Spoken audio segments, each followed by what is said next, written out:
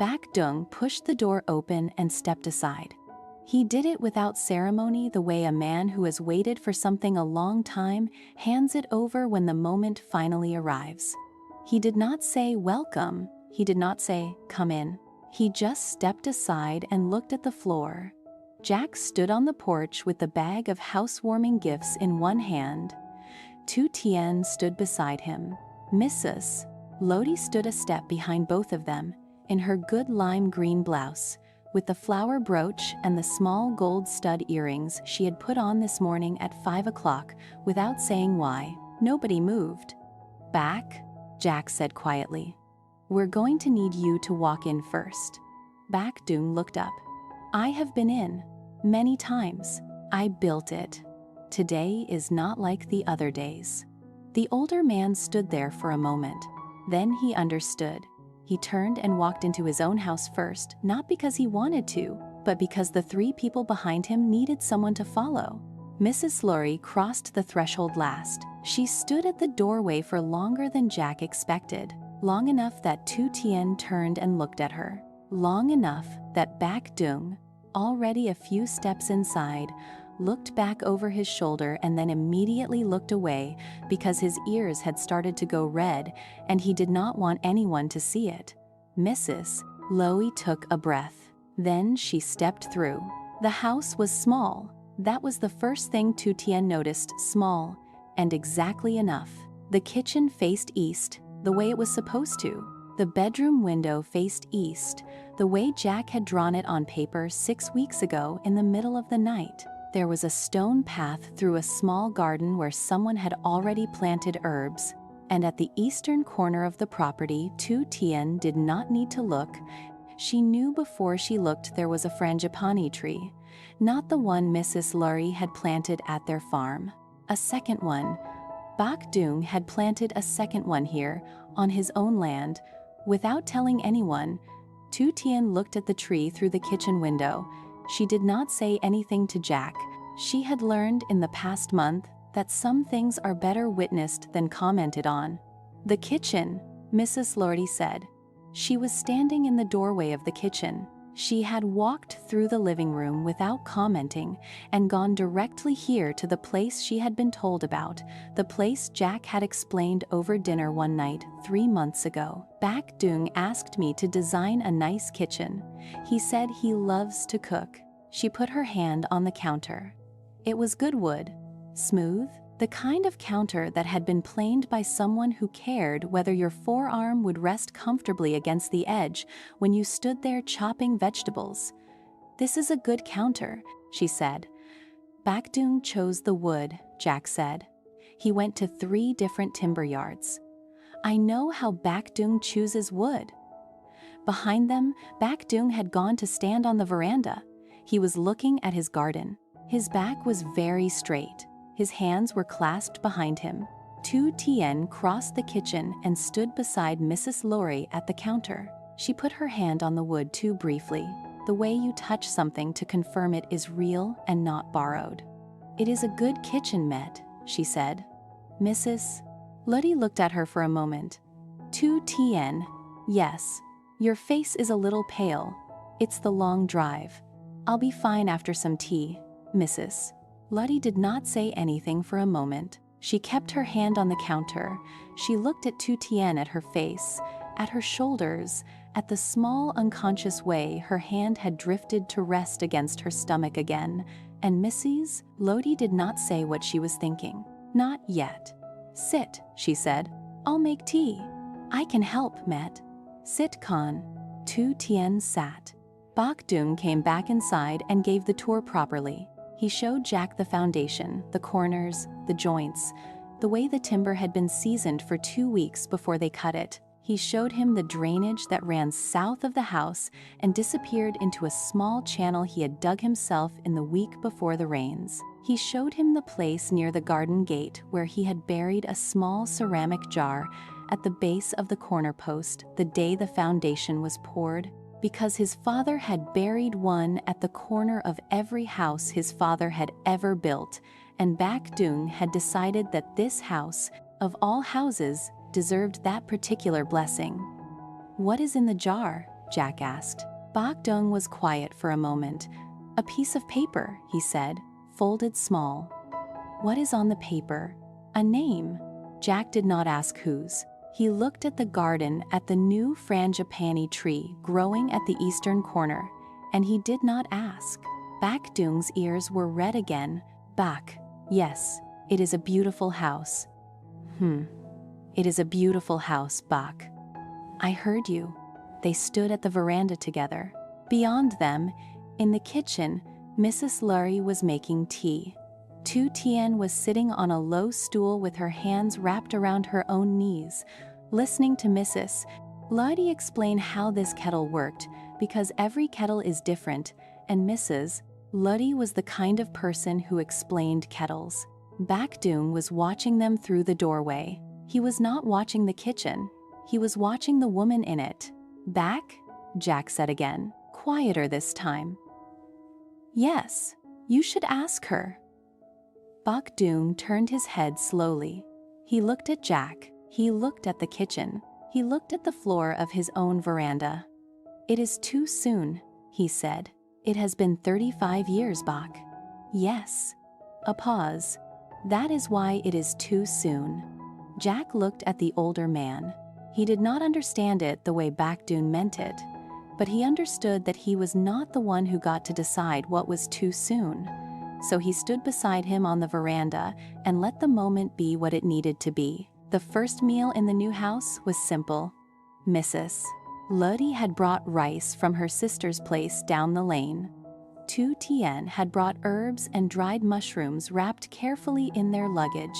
Bak Dung had braised pork the way he braised pork slowly, with patience, with the particular attention of a man who had decided that the first meal in this house would not be an event but a beginning. They ate at the small wooden table by the window facing east. Jack told the story of the contract. Bak Dung listened the way he listened to everything without interrupting, his hands resting on the table, his head slightly tilted forward as if catching the words physically. Mrs. Lurie served everyone an extra piece of pork without asking. Tu Tien ate slowly. Then the smell of the braised pork shifted, not because the pork had changed, because Tu Tien's body had decided, in the particular way bodies decide these things, that the smell of caramelized sugar and garlic and fatty pork was suddenly more than it could process. She set her chopsticks down, quietly, the way you set something down when you do not want anyone to notice. Excuse me, she said. Just one moment. She stood up. Tu Tien? Jack said. The tea. She gave him a small smile. I think I drank it too fast. I'm going to step out for some air. She walked out to the veranda. Jack started to stand. Mrs. Lurie put her hand lightly on his arm. Eat, Con, she said. I'll go. Jack sat back down. Bak Dung was watching all of this without saying anything. His eyes moved from Tu Tien's empty chair to Mrs. Lurie's retreating back to Jack's face. He picked up his rice bowl. He did not eat from it. He held it. Jack. Yes, Bak. Is Tu Tien well? Jack looked at the older man. I don't know yet, Bak, he said honestly. I think she is. I think she is more than well, but she has not said so out loud, and I am not the person she will say so to first. Bak Dung nodded slowly. He set his rice bowl back down. It's a good house for it, he said. Yes. East-facing windows. Good light in the morning. Yes. Children should be born in houses with good morning light. Jack picked up his chopsticks. He did not look at Bak Dung. He kept his face very still. They should, Bak, he said. Tu Tien was at the outdoor well behind the kitchen. She was running her hands under the cold water and breathing slowly through her mouth and waiting for her stomach to settle. The well water was sharp and clean. The afternoon air was cooler here in the back garden where the house blocked the late sun. Somewhere on the other side of the wall, in the kitchen, she could hear Bak Dung saying something low to Jack. She splashed water on the back of her neck. She did not hear Mrs. Lurie come out. Con. Tu Tien turned. Mrs. Lurdy was standing at the corner of the house, holding a small cup of plain water in one hand. Met, I know what you were doing. Mrs. Lurdy came forward. She handed Tu Tien the cup of plain water. Then she stood beside her at the well, not facing her, just beside her, looking out at the garden, the way two women stand beside each other when one of them is about to say something the other one is not entirely ready to hear. Drink the water slowly, Mrs. Lurdy said. Small sips. The stomach calms faster that way. Tu Tien drank. May. Tu Tien. Yes. How long? Tu Tien held the cup very still. How long since what, May? Don't. A pause. The well was very quiet. A bird called somewhere in the garden. Tu Tien looked at the cup of water in her hand and did not look at Mrs. Lurdy. I don't know yet, she said softly. I haven't gone to a doctor. You don't need a doctor to know? No. How long, Tu Tien? Tu Tien closed her eyes for a moment. Maybe 2 months, she said. Maybe a little more. I noticed 3 weeks ago. I wasn't sure. I'm still not sure. I didn't want to, she stopped. I didn't want to say anything until I was sure. Today was supposed to be about Bak Dung's house. I didn't want Khan. Mrs. Lurdy turned toward her. She put one hand, very lightly, on Tu Tien's arm.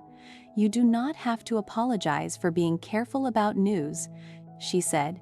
You only have to apologize for being careful too long. Tu Tien looked up. Mrs.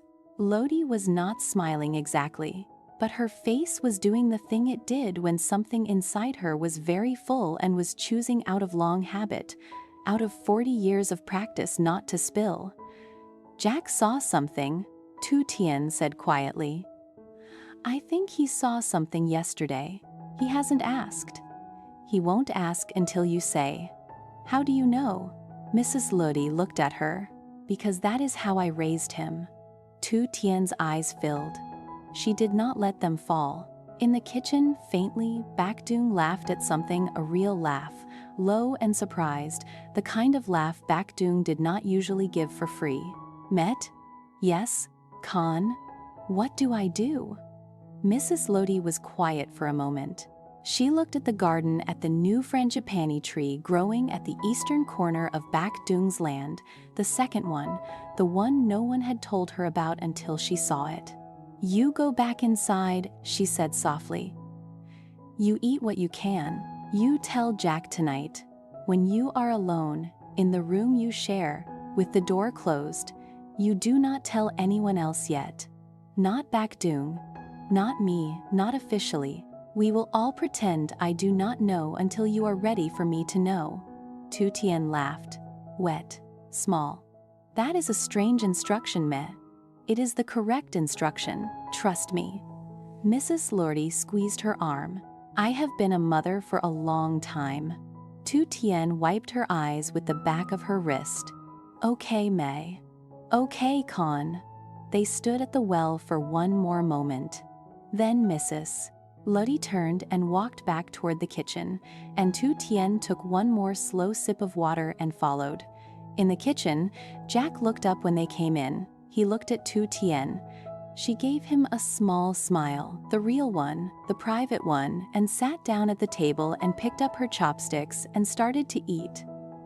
Slowly, the rice and the lighter vegetables and a small piece of the pork.